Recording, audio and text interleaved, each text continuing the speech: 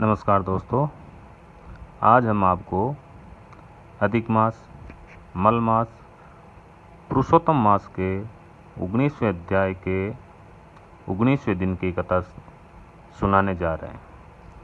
इस कथा को अंत तक ज़रूर सुनिएगा और पसंद आए तो अधिक से अधिक लोगों को शेयर भी करिएगा। और अधिक मास, पुरुषोत्तम मास जो कि प्रत्येक 3 वर्ष में आता है, और अधिक मास में जो भी पुण्य, जप, दान, स्नान आदि जो करते हैं उसका करोड़ों गुना फल मिलता है।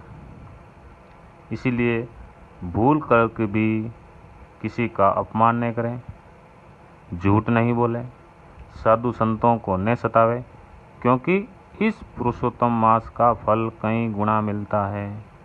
इसलिए हमें ऐसा पाप का फल नहीं लेना चाहिए। जो करना है अच्छा करें, सत्य बोलें, दान पुण्य करें, और अधिक मास में प्रत्येक दिन की कथा अलग अलग दिनों में सुनानी चाहिए और सुननी भी चाहिए। इस पुरुषोत्तम मास के निमित्त कुछ दान पुण्य जरूर करना चाहिए, जो अब हम आपको 19वें दिन की कथा सुनाते हैं।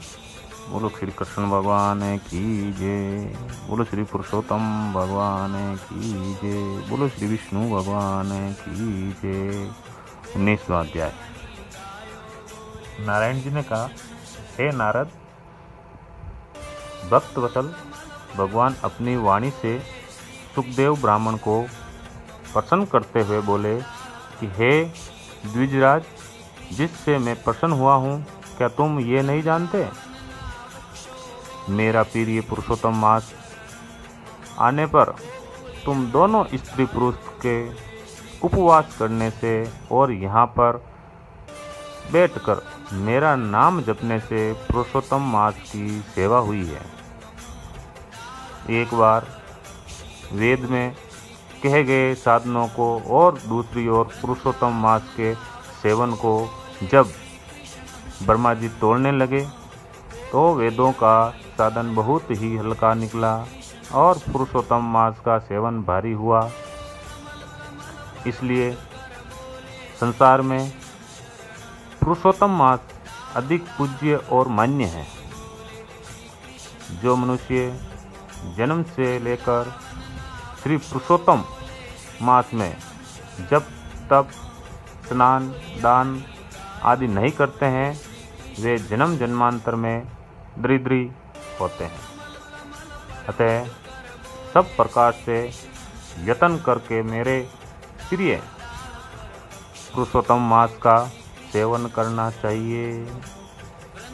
जो पुरुषोत्तम मास की सेवा करेगा वो भाग्यवान धन्य होकर मुझको प्राप्त होगा। श्री नारायण बोले, हे मुने, जगदीश्वर हरि भगवान इस प्रकार कहकर तत्काल गरुड़ पर चढ़कर अपने अत्यंत पवित्र वैकुंठ लोक को चले गए। स्त्री सहित सुखदेव ब्राह्मण मर्तप्राय होकर फिर जीवित हो गए और सुखदेव को देखकर रात दिन अत्यंत हर्षित होते रहे और कहने लगे, यह अत्यंत आश्चर्य की बात है कि ऐसा मास कहीं भी नहीं देखा है और न ही सुना है।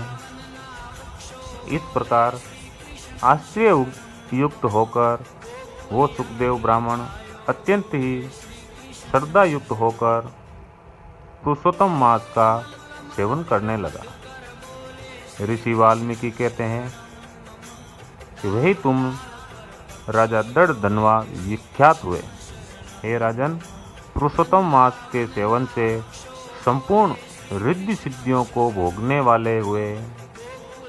हे राजन, जो तुमने मुझसे पूछा था सो अब मैंने तुमको बतलाया है, और पुनर्जन्म में जो सुखदेव तुम्हारा पुत्र था वही तोता हरि ने उसको चलाया और सुखदेव 12,000 वर्ष तक आयु भोगकर वैकुंठ राज हो गया।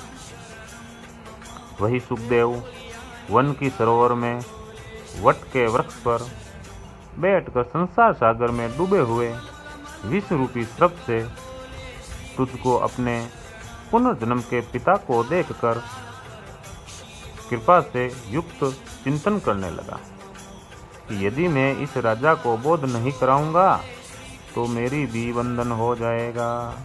इस प्रकार मेरा इन श्रुति के वचनों को जानना वरदा हो जाएगा।